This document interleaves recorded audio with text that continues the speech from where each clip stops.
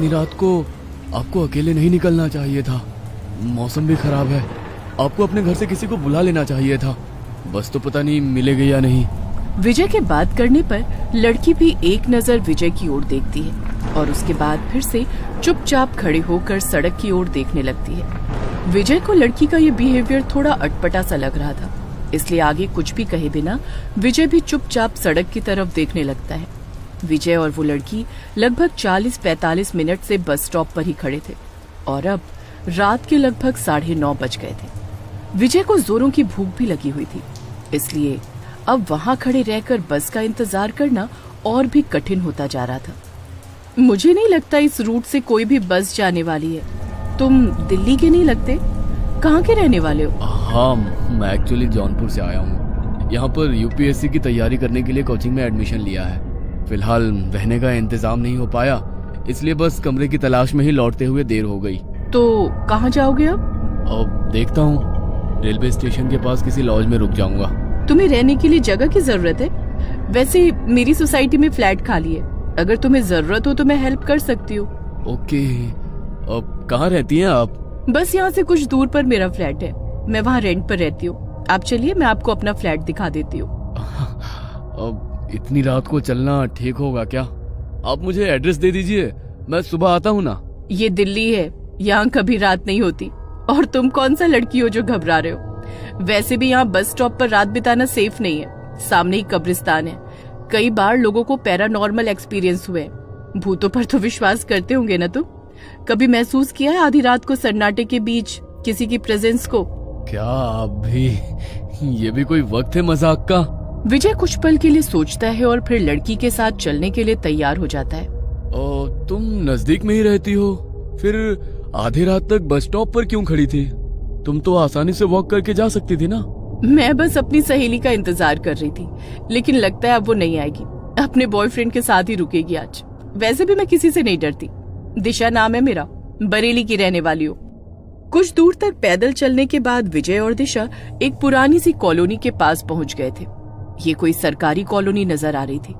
Colony के entrance पर एक लोहे का बड़ा सा दरवाजा था, जिसका पेंट जगह जगह से उखड़ा हुआ था। कॉलोनी बड़ी पुरानी और सुनसान लग रही है, थोड़ी अजीब नहीं है?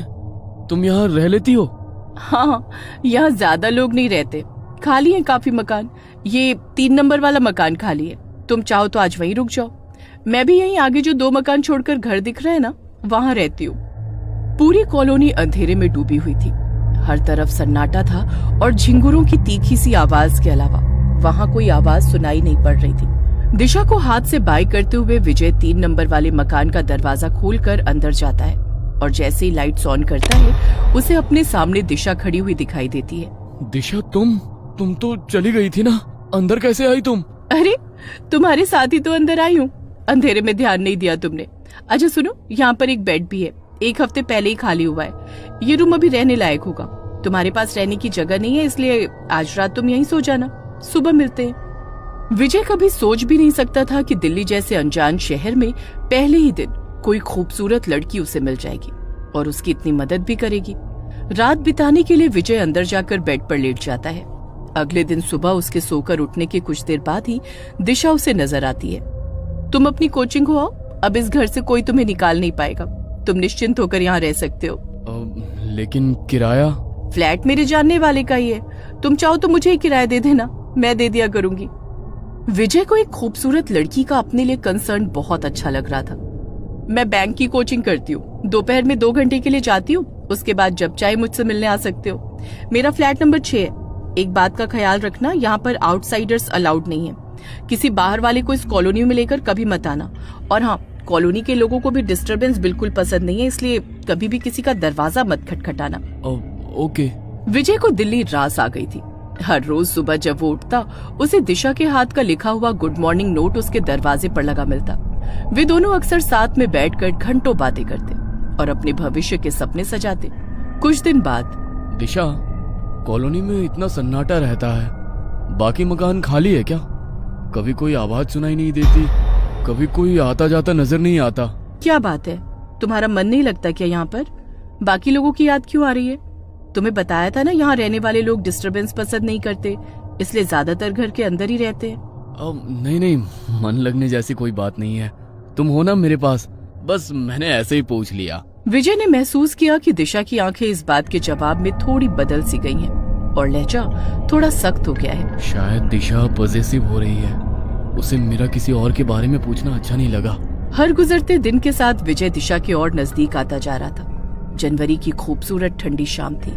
विजय अपने फ्लैट की छत पर दिशा के कंधे पर सर रखकर बैठा हुआ था। दिशा, वैसे तो तुम बस 2 मकान छोड़कर ही रहती हो, लेकिन मुझसे अब ये 2 मकान जितनी दूरी बर्दाश्त नहीं होती।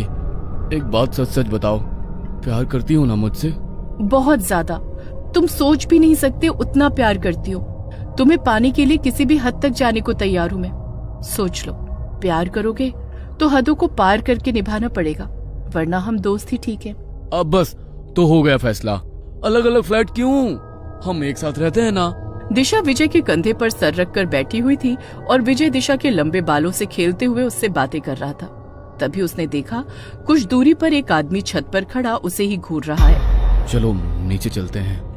पता नहीं कौन है वो आदमी, जब भी मैं तुम्हारे साथ यहाँ बैठता हूँ ना जाने क्यों कहा जाने वाली नजरों से घूरा करता है। अरे पता नहीं ये आदमी है या भूत, ऐसे आंखें फाड़ कर कौन देखता है। तुम थोड़ा सावधान रहना, मुझे ये आदमी कुछ ठीक नहीं लगता।